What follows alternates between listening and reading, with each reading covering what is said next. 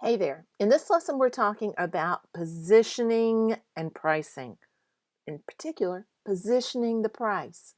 This is one of the questions I get asked the most often when I'm talking to students and other artists about their art business. What price should I charge?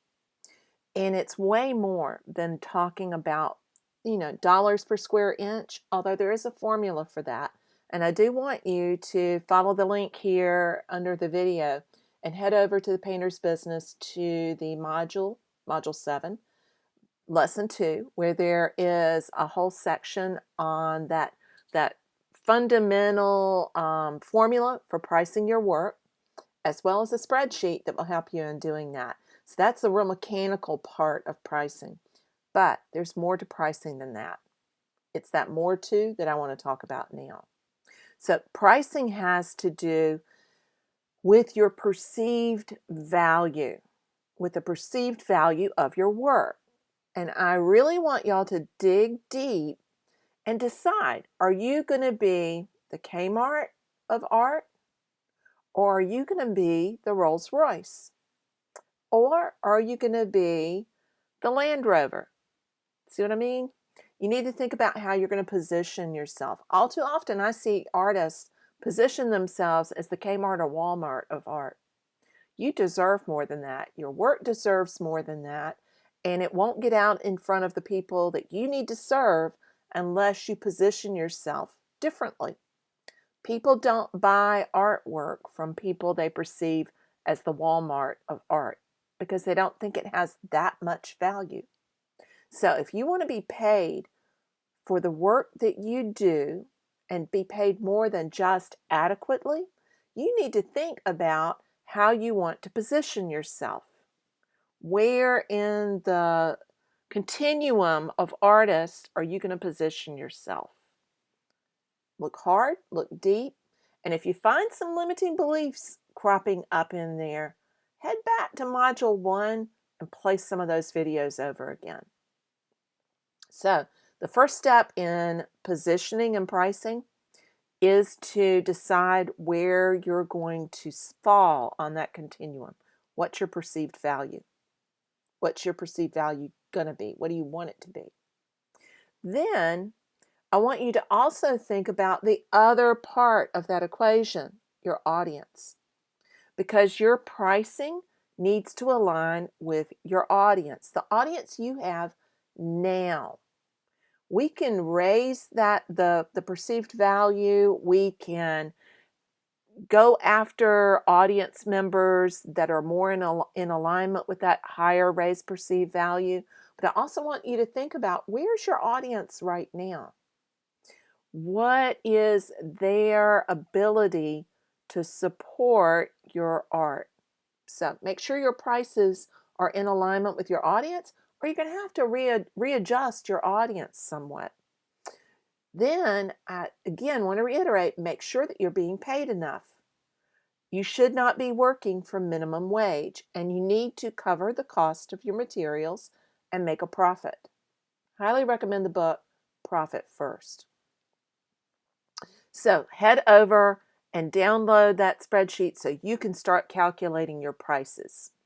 And then I also want you to think about payment plans. Think about what those payment options are going to be that you offer your clients. Because the reality is that part of this positioning can alleviate and disperse some of the objections that people have. Knowing that there are payment options in addition to a full pay initially can really lower the bar on how difficult it is to buy your work. So be upfront, make sure it's clear what the payment options are.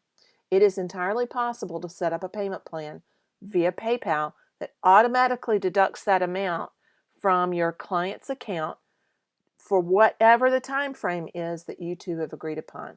Also have a little layaway agreement here in the resources that you can download. Make sure you get your client to sign a layaway agreement and don't send the work until payment is in full. Another thing to do with pricing that can alleviate objections eliminate objections, is looking at the guarantee and refund policy that you have. I strongly recommend having a 30-day money-back guarantee, no questions asked, so that your clients feel confident purchasing from you. I've only had one refund in I don't know how many years. And that refund, it was a return. It wasn't a refund because she didn't want her money back. She wanted a different painting. So if you take and link your refund and guarantee policy together, and people know that they've got 30 days to make a decision to get the painting into their home and decide whether it's really going to work or not, that painting's not going to come back. And you will definitely increase your sales. Make sure you state that guarantee up front and state what the return refund policy is. Then you can also think about additional bonuses. Now, I know most people think about bonuses in terms of courses, but I want you to also think about bonuses in terms of painting purchases or any other offer that you develop. Bonuses, again, eliminate objections. So, one bonus, for example, might be the addition of the hardware, a hardware kit for hanging the artwork. Another bonus could be, depending on the price of the work, I wouldn't do this with a less expensive piece, but another bonus could be the framing.